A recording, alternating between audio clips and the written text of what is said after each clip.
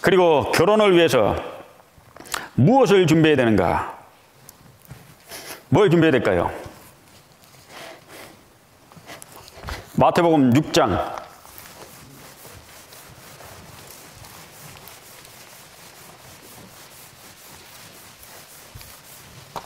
33절 잘하는 거 같이 읽어보겠습니다. 같이 읽어보겠습니다. 너희는 먼저 그의 나라와 그의 의를 구하라. 그리하면 이 모든 것을 너에게 더하시리라.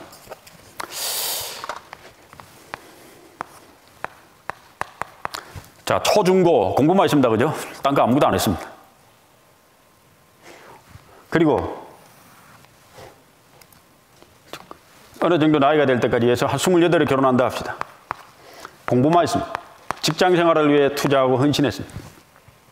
이게 이제 두 종류의 사람이 있습니다. 하나는 이 시기에 청년에 올라왔는데, 이 시기에 하나는 정말 신앙생활도 열심히 하고 공부도 열심히 하는 사람이 있습니다.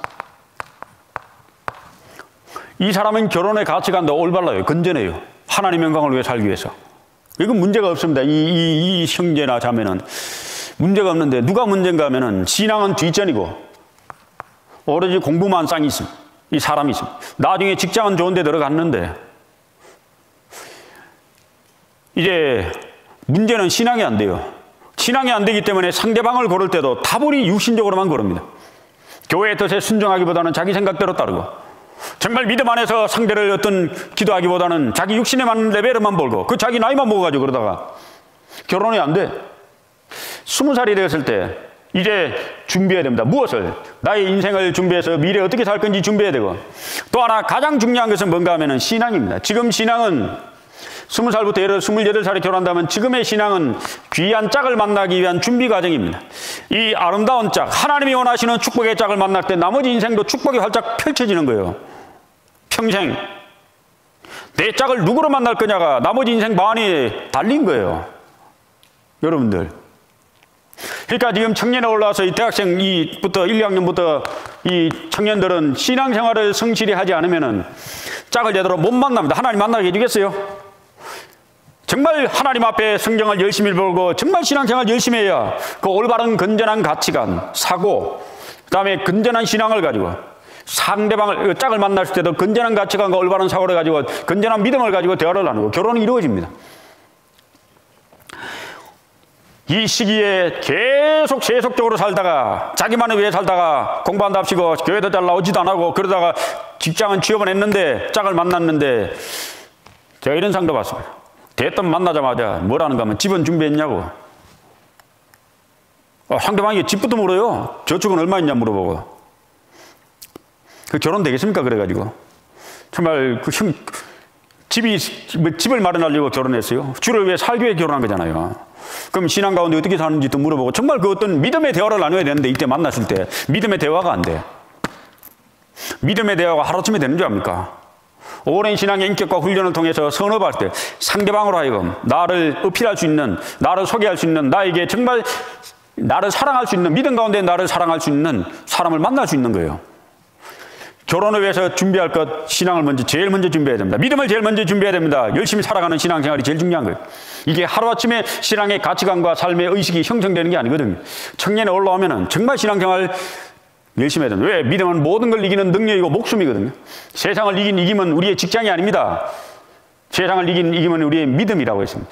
우리 광주의 모든 청년들이 청년에 올라와서 정말 공부도 열심히 하고 신앙생활도 열심히 해서 아름다운 짝을 만나야 됩니다. 믿음의 짝을 만나야 됩니다. 올바른 짝을 만나야 됩니다. 그래서 나머지 인생도 점점 진보되고 축복되고 정말 은혜 가운데 사는 짝이 계속 쌍이 나와야 돼요. 그래야 우리 교회가 발전하는 거예요. 청년에 올라와서 신앙생활 제대로 하지도 않고 그러고 있다가 직장을 가져서 결혼했습니다. 사내 모사내 그러고 올바른 신앙생활 하지 않고 결혼한 이후에 오히려 더 신앙이 퇴보되고 잠적해진다면 결혼하려고는 안 거예요. 그때 잠깐. 결혼하기 얼마 전에는 교회 얼굴 자꾸 비칩니다. 왜? 결혼해야 되니까. 그래서 뭐 좀 열심히 사는 거치 하다가 결혼했어요. 목적을 달성해서 그럼 다시 퇴보돼서 교회를 나오지 않습니다. 왜? 목적 달성했으니까. 그런 쌍이 한 쌍도 나오면 안 됩니다. 내가 정말 축복받는 결혼을 위해서 무엇을 준비해야 될 것인가? 올바른 신앙, 믿음을 양육하고 믿음을 계속 키워나가야 됩니다.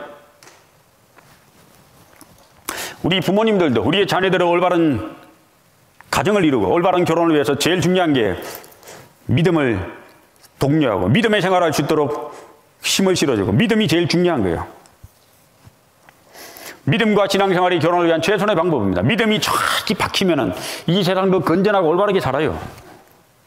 가치 있는 삶을 살아요. 믿음은 다 바꾸는 능력이거든. 그리고 결혼을 위해서 기도해야 됩니다. 결혼은 덜커덩 하늘에서 떨어지는 뭐 달덩어리 같은 게 아니에요. 본인의 기도의 응답이요. 야고보서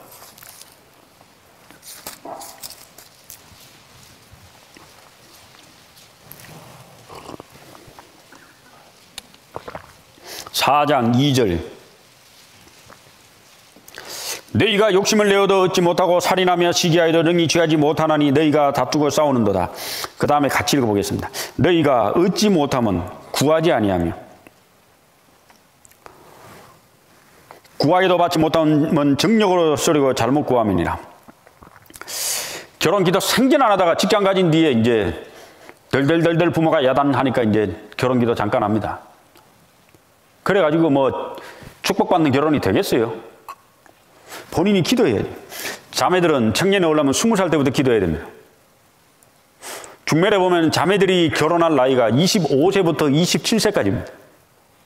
형제들은 27세부터 30살까지입니다. 그때가 대학을 마치고 취업할 때거든요. 그 형제들은 직장을 가지고 한 1년 있다 결혼하려고 하니까 보통 27, 8세에 다 직장을 가지니까 보통 대학을 다 다니니까요. 그래서 27, 8세, 8, 9세 형제들은 25, 6세 자매들을 대부분 이제 결혼하려고 합니다. 제가 중매를 해보니까 문제는 25, 6세의 자매가 준비가 하나도 안 됐어요. 그 어떨 때는 형제들은 이제 있는데 결혼시킬 자매들이 없는 거예요. 왜? 25, 6세가 결혼 준비를 하나도 안 했어요. 뭐라는가 하면 아예 생각도 없어요. 부모는 한술 더 떠. 우리 애는 너무 오래가 못한대. 30살 넘어야 되겠대. 부모도 문제고 애도 문제고 애가 이제 25살인데 왜 결혼을 위해 기도 안 하냐고요. 20살 넘으면 자매들이 기도해야죠. 성인인데 응? 자신이 성인이잖아요. 외국에 나가보면 필리핀에 17, 18 되면 다 결혼했어요. 24살 되면 애가 4명이에요. 대부분 애 4명 24살이 되면 한 30살 되면 애가 5, 6명이요. 한 50살 넘으니까 손자 손녀가 한 10명 되더라고요. 야, 뭐 애 많으니 그건 참 부럽대요. 그것 좀 한국에 도입하고 싶더라고요. 우리는 너무 고령화사에 너무 늙었어요. 나이가 들어서도 애예요. 아직도 생각도 애고 뭐 행동하는 것도 애고 도대체 20을 넘었는데도 애예요. 청년이면 어른입니다. 이게요. 응? 자신이 어른으로 생각해야지 징징 짜는 애가 아니란 말이에요. 여기 다 어른들 모였단 말이에요. 어른들. 오늘 당장이라도 결혼해야 되는 어른들이 다 모였단 말이에요. 그럼 결혼 위해 기도해야 될까요? 안 해야 될까요? 청년 자매들 면담합니다. 뭐 30 됐는데 뭐 결혼 기도합니까? 안 한대. 막 열납니다. 그때부터 이제. 이게 참 본인 문제도 있고 부모님은 왜 그러면 자녀를 놓고 결혼 기도 하자고 안 했냐고요. 어? 기도 없는 축복이 있습니까? 기도를 하지도 않는데 하늘이 축복을 주냐고요. 기도를 해야 하늘이 축복을 줄 거 아닙니까? 본인이 간절히 구해. 여기 지금 그려놨잖아요. 너희가 얻지 못하면 구하지 아니하며 기도해야 됩니다. 형제님들은 보통 한 이제 대학을 좀 졸업해야 되니까 한 25, 6세 이상 되면 이제 평소에 기도는 하겠지만 그 이수는 넘어야 이제 아마 기도가 될 겁니다. 직장도 없는데 뭐 결혼 기도가 어렵잖아요. 그래서 한 대학 졸업반쯤 되면 이제 기도할 겁니다. 그래서 20대 후반의 형제들, 20대 중반의 자매들이 결혼하기 최정년기입니다. 30이 됐는데도 넘었는데도 결혼 기도를 한 번도 안 하고 결혼에 별 생각이 없다면 이건 좀 문제예요. 교회도 문제고 국가도 문제고 다 문제예요. 개인도 문제고. 자, 그래서 건전한 가정을 가지고 올바른 사고로 가치관을 가지기 위해서 우리는 결혼 기도를 해야 됩니다. 그래야 하늘이 축복을 줍니다. 그리고 결혼을 위해서는 자신의 내면과 외면을 잘 가꿔야 됩니다. 에스더 2장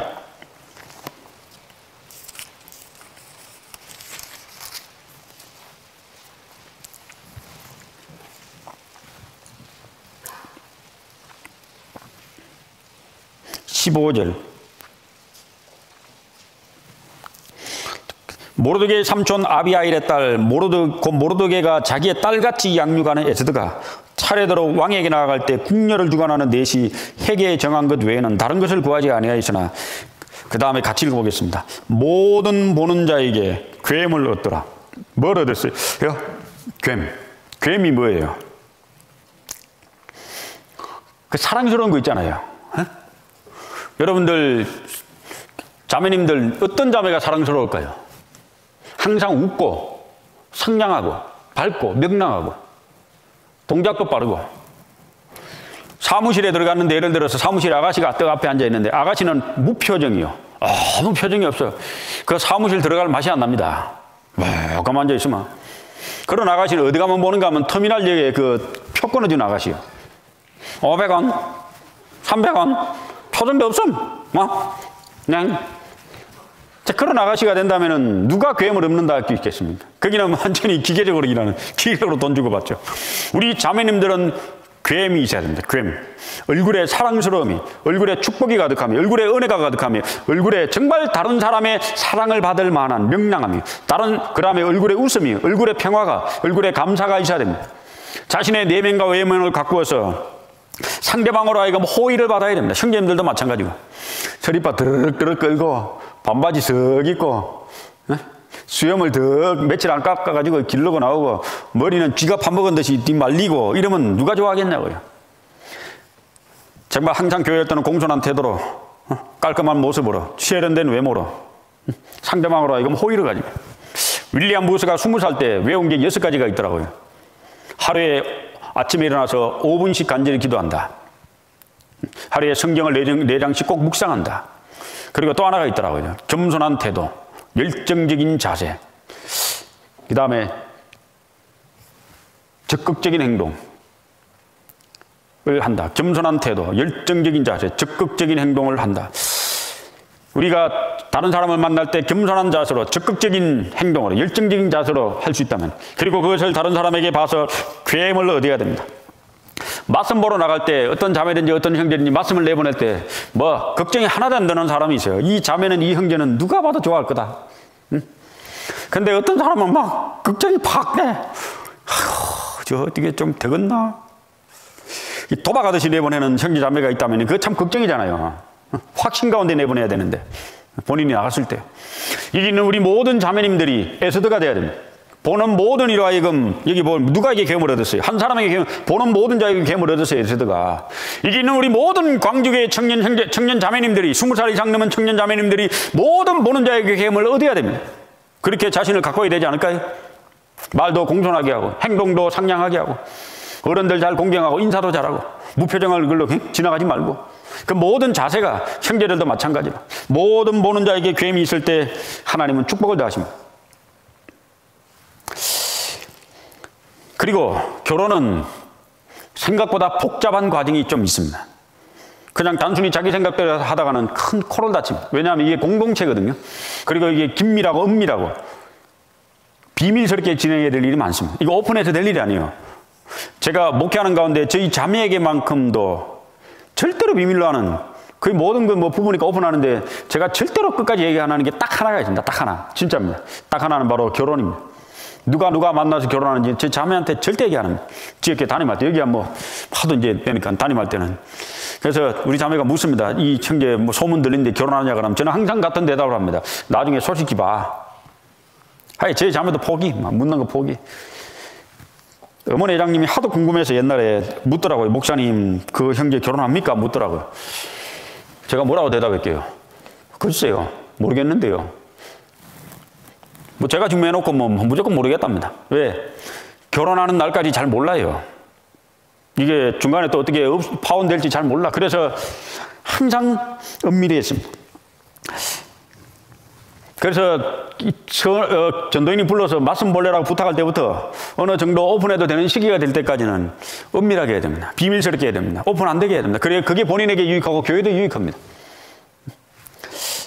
그리고 전도인의 어떤 지도와 어떤 가르침을 잘 따라줘야 됩니다. 히브리서 13장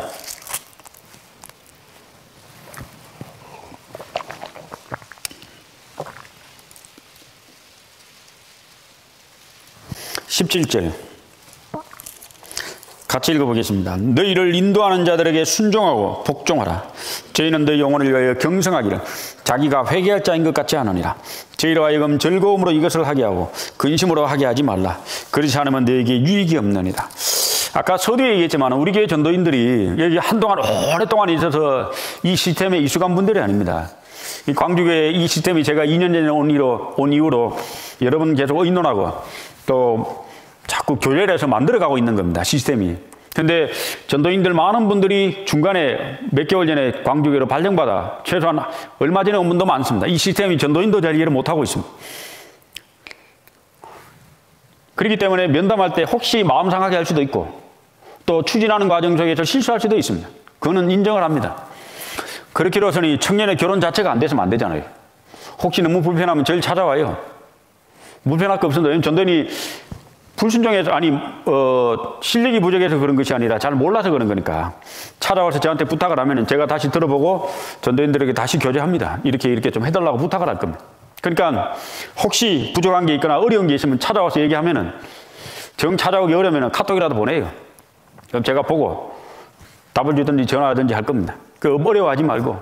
왜냐하면 이게 이 중매하는 시스템이 잘 이해를 못하고 있는 분도 있거든요. 그러니까 이 전도인이 하는 것에 대해서 불신을 갖기보다는 서로 만들어가야 됩니다. 불편해하지 말고 서로 만들어가야 됩니다. 우리는 더 나은 세상, 더 나은 축복받는 결혼을 위해 더 만들어갈 책임과 의무가 있어요. 청년도 그렇고 전도인도 그렇고. 완벽한 시스템, 완벽한 사람이 없으니까 현재의 시스템에서 더 좋은 시스템이 있으면 계속 만들어가야 됩니다. 하나님이 원하시는 짝을 선택해야 하는 더 좋은 시스템이 있는가. 그래서 전도인을 위해 기도해주고 전도인을 위해서 복종해야 됩니다.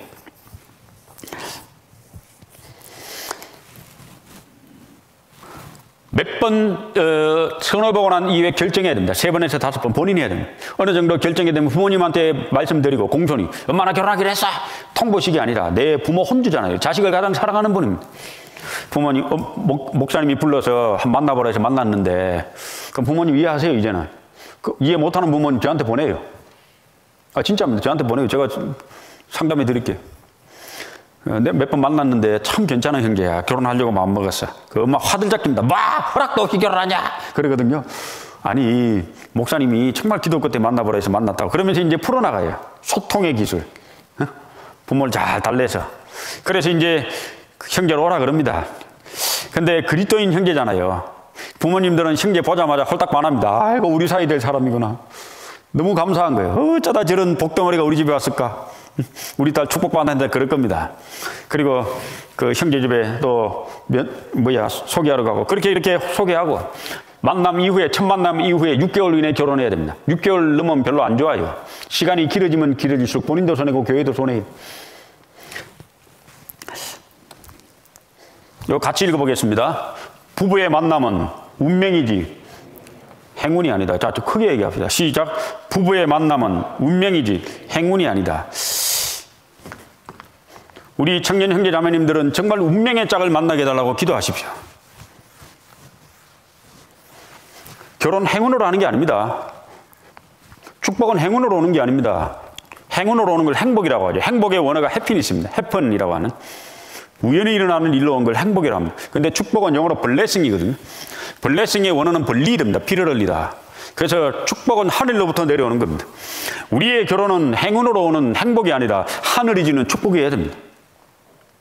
그래서 제가 처음 아까 얘기했지만은 맞선을 볼 때 야, 자매 머리가 너무 크다. 자매는 좀 작게. 몸도 좀. 맞선을 볼 때 두 사람 마음에 정말 성령의 어떤 감동, 아니 정말 마음에 잔잔한 감동이 있느냐, 그건 운명일 겁니다. 제가 결혼한 쌍들에게 물어봅니다. 인사하러 온 쌍들에게 두 사람 마음에 이런 감동이 있습니까? 물으면 다 하나같이 감동이 있다 그럽니다. 부부의 만남은 운명입니다. 행운이 아닙니다. 자, 이 같이 읽어보겠습니다. 좋은 부모는 자녀를 잘 양육하여 건강하게 독립적으로 살아가도록 만드는 것이다. 독립적. 내 짝을 만나는 것도 정말 교회 목사님, 전도사님들이 아버지예요. 그런 마음으로 중매합니다.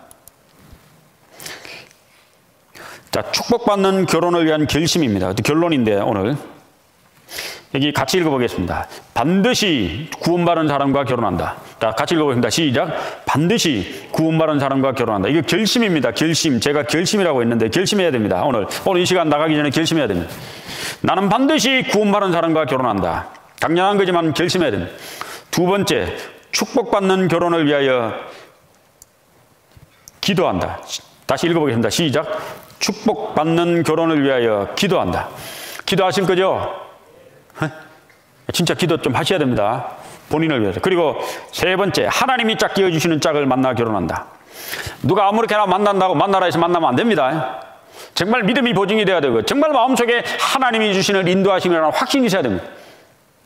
같이 읽어보겠습니다. 하나님이 짝 지어주시는 짝을 만나 결혼한다. 하나님이 짝 지어주신 짝을 만나 결혼할 때 축복된 가정이 탄생하고 그 가정들이 우리에게 미래예요. 저는 결혼을 정말 이 별 생각 없이 결혼하는 건 속이 상해 못 하겠어요. 저렇게 결혼해서 앞으로 잘 살 건가, 어떻게 살 건가. 결혼을 잘했는지 안 했는지는 30년 뒤에 봐야 됩니다. 30년 뒤에 자란 내 자녀들이 잘 자랐는가, 내가 정말 믿음 가운데 살고 있는가, 그 축복된 결혼이 그런 30년 뒤를 봐야 돼요. 공교하게도 제가 금년에 결혼한 지 30년째 되는 해더라고요. 92년도에 저는 광주 사람이 아닌데 광주교회 자매를 만나 92년도에 광주교회에서 결혼했습니다. 지금 30년대 되는 애 지금 광주교회 여기 와 있는데 30년 지나고 보니까 축복된 결혼한 건 맞는 것 같아. 믿음 가운데 있으니까. 우리 교회에 지금 계속 결혼하고 있는 쌍들이 나오는데 저 쌍들이 정말 믿음 가운데 순전하게 기도 가운데 다 이루어지는 쌍들이어야 됩니다. 여기 하나님이 짝 지어주신 짝을 만나 결혼한다. 네 번째, 같이 읽어보겠습니다. 결혼 전까지 육체적 순결과 정결함을 유지한다. 이 중요합니다. 유지해야 됩니다. 보존해야 됩니다. 다섯 번째, 같이 읽어보겠습니다. 믿음과 착한 양심, 성실함을 보고 결혼한다. 결심해야 됩니다. 결심. 반드시 구원받은 사람과만 결혼할 걸 결심하셔야 됩니다. 축복받는 결혼을 위해서 본인이 기도해야 됩니다. 오늘 이후부터. 세 번째, 결혼을 위해 기도하는 것이 아니라 축복받는 결혼을 위해서. 세 번째, 하나님이 짝 지어주신 짝을 만나기 위해서 기도해야 됩니다. 네 번째, 결혼 전까지 육체적 순결과 정결함을 유지해야 됩니다. 다섯 번째, 믿음과 착한 양심, 성실함을 보고 결혼해야 됩니다. 중매하는 당사자가 사람을 이렇게 두 사람 맞는지 확인합니다. 요즘 결혼은 중매할 때 우리 전도인들이 아무렇게나 중매 절대 안 합니다. 다 맞춰보고 비싼 사람끼리 중매합니다. 왜? 안 맞는 쌍을 해보니까 이게 안 되더라고요. 비싼 쌍을. 그리고 본인에게 물어봅니다. 이 쌍 해볼래라고 물어보고. 그러니까 당사자들은 나가서 믿음과 착한 양심, 성실함이 있는가. 그리고 준비해야 됩니다. 첫 번째 준비해야 될 게 신앙생활을 열심히 해야 됩니다. 신앙생활. 이제 20살 되면 그때부터 자신의 신앙생활을 열심히 해야 돼요. 결혼을 위한 올바른 건전한 가정, 나머지 40년 인생, 50년 인생, 60년 인생을 누가 살 건지 결정됩니다. 언제? 이때. 이 7년, 8년의 삶이 나머지 인생을 결정되어 주는 거예요. 어떤 상을 만날 건지가 결정돼야 되는데 제대로 된 가족, 남편과 아내를 만나야 될 거 아닙니까? 그럼 지금부터 올바른 신앙, 건전한 가치관 가져야죠. 그래서 신앙생활 열심히 해서 좋은 짝을 만나야 됩니다. 또 자신의 내면과 외면을 잘 가꾸어 계획이 있어야 됩니다. 선보러 내보냈을 때, 선보러 나갈 때 상대방이 나를 보고 호감을 가져야죠. 선보는 기간 대화의 기술, 상대와 대화를 나누는 기술, 상대의 눈빛을 바라보고 상대의 마음을 읽는 기술, 행동의 제스처, 그 다음에 가치관, 인격, 성격, 그 다 나타납니다. 그 가치관, 인격, 성격, 대화하는 말의 어투, 그 모든 표정, 눈빛, 그의 어떤 외모로부터 상대방의 그 짝이 나를 보고 정말 호감을 가지고 마음에 감동이 있어야 돼요. 그러니까 자신을 잘 가꿔야죠. 그리고 가정을 꾸릴 수 있는 직장이 있어야 됩니다. 이건 형제들에게. 그래서 신앙 가운데 정말 올바른 짝을 만났을 때 그 아름다운 가정이 탄생하고 그 아름다운 가정이 축복받는 가정이 탄생했을 때 우리 광주교회의 미래는 밝습니다. 거기에서 탄생된 우리의 자녀들은 믿음 가운데 탄생된 자녀니까 얼마나 축복된 자녀로 자랄 겁니까? 교회 2세들이 정말 위대한 인물들이 많이 나올 겁니다. 위대한 인물들. 저는 내일 영유아부 엄마들 설교하는데 저는 좌표가 있습니다. 저는 목표가 있습니다. 우리 교회 아이들이 다 구원받는 게 첫 번째 목표고 두 번째 목표는 신앙 안에서 온전한 사람이 되는 게 두 번째 목표입니다. 세 번째 최종 목표는 세상을 변화시킬 수 있는 아이들이 우리로부터 계속 나와야 돼요. 세상을 변화시킬 수 있는 사람. 세상을 바꿀 수 있는 사람들. 여러분들, 이제 결혼해서 가정을 이루어서 자녀를 출생시키고 나 자신도 세상을 바꿔야 되고 저 타락돼가는 세상을 변화시켜야 되고 우리 자녀들도 구원받고 온전한 사람이 되어 세상을 변화시켜야 되지 않을까요? 응? 세상을 변화시킬 수 있는. 유튜브를 보고 있는 부모님들에게도 부탁을 합니다. 자녀들이 청년에 올라왔으면 결혼을 위해 기도하십시오. 이제 공부는 스스로 알아서 합니다. 부모님들. 대학생들에게도 공부하라고 닥달할 겁니까? 이제 청년이 성인이 됐습니다. 공부는 스스로 알아서 해야 됩니다. 이제 공부하라고 할 것이 아니라 신앙을 온전히 하라고 가르치고 결혼을 위해 기도하라고 할 겁니다. 하라고 격려해 주셔야 됩니다. 그리고 배우자의 선택은 자녀가 다 자랐으면 스스로 할 수 있도록 격려해 주고 위로해 줘야 됩니다. 30살, 35살 중매했는데 부모님이 차로합니다. 한 해 만에 그럽니다. 본인은 결혼하려고 마음먹고 왔는데 부모가 극구 반대합니다. 이게 뭐가 좀 문제예요. 가정이. 서로 신뢰를 못하는 거예요. 자식이 부모 신뢰 못하고 부모가 자식을 신뢰 못하는 거예요. 20살 넘었으면 부모는 자식을 신뢰해 줘야 되지 않을까요? 내 아이를 격려해 주고 할 수 있도록 밀어주고 용기를 주고 힘을 주고. 결혼 상대자 선택은 자녀에게 맡기고 자녀가 했을 때 신뢰해 주고 용기를 주고 격려해 주고 힘을 줘야 되지 않을까요?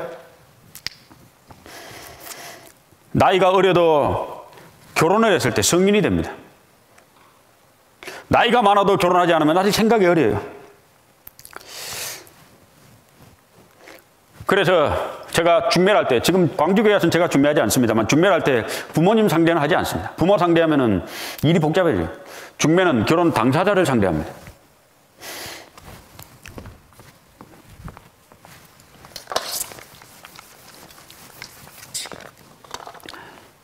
A라는 형제를 부르고 B라는 자매를 불렀을 때 목회자는 이 둘과 대화를 합니다. 근데 그 뒤에 부모님들이 있습니다. 문제는 이 부모님들까지 찾아와서 대화를 하려면 이 전도인이 일을 못해요. 중매 한 사람 중매로 일이 너무 복잡해져. 사태가 너무 많아.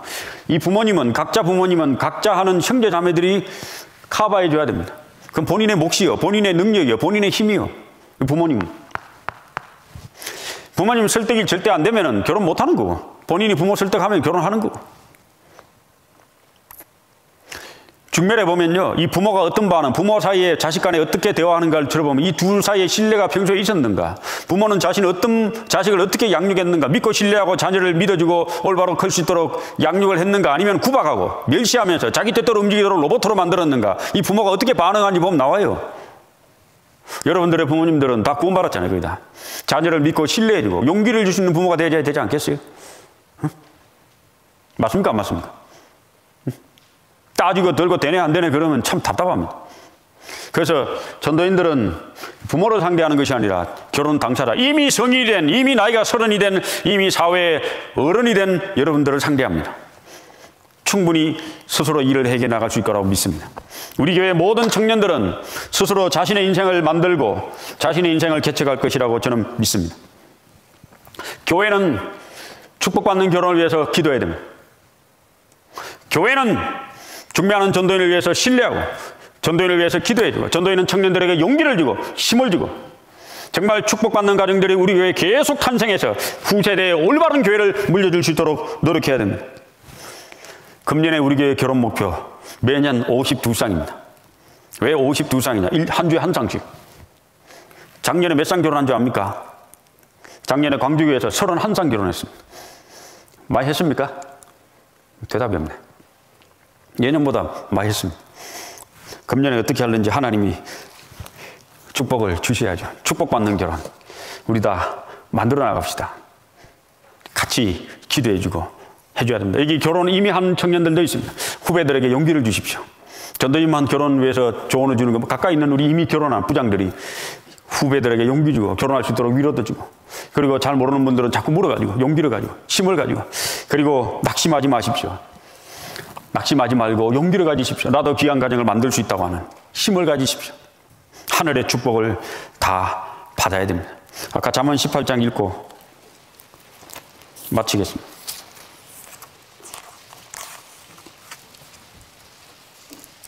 22절 같이 읽어보겠습니다. 아내를 얻는 자는 복을 얻고 여호와께 은총을 받는 자니라. 여기다 우리 모두가 축복받는 결혼에서 귀한 가정이 이루고 교회에 귀한 일꾼이 되어 세상을 변화시킬 수 있는 사람들이 계속 나왔으면 좋겠습니다. 기도하겠습니다. 우리를 사랑하시는 귀하시고 자비로우신 우리 아버지 하나님, 오늘 축복받는 결혼이라는 주제로 청년들과 짧은 시간 같이 성경을 참고했습니다. 주께서 창조 때 명하신 귀한 가정, 우리가 또 그 계명을 이 땅에서 이루며 삶의 후세대에게 귀한 복음을 전수할 수 있도록 도와주시옵소서. 우리 모든 청년들이 축복받는 결혼을 해서 귀한 가정이 이루어 놀라운 자녀를 탄생시켜 우리 교회가 더 하늘의 영광을 받고 하늘의 영광을 돌리는 귀한 교회가 될 수 있도록 도와주시옵소서. 예수님 이름 받들어 기도드렸습니다. 아멘. 네, 마쳤습니다.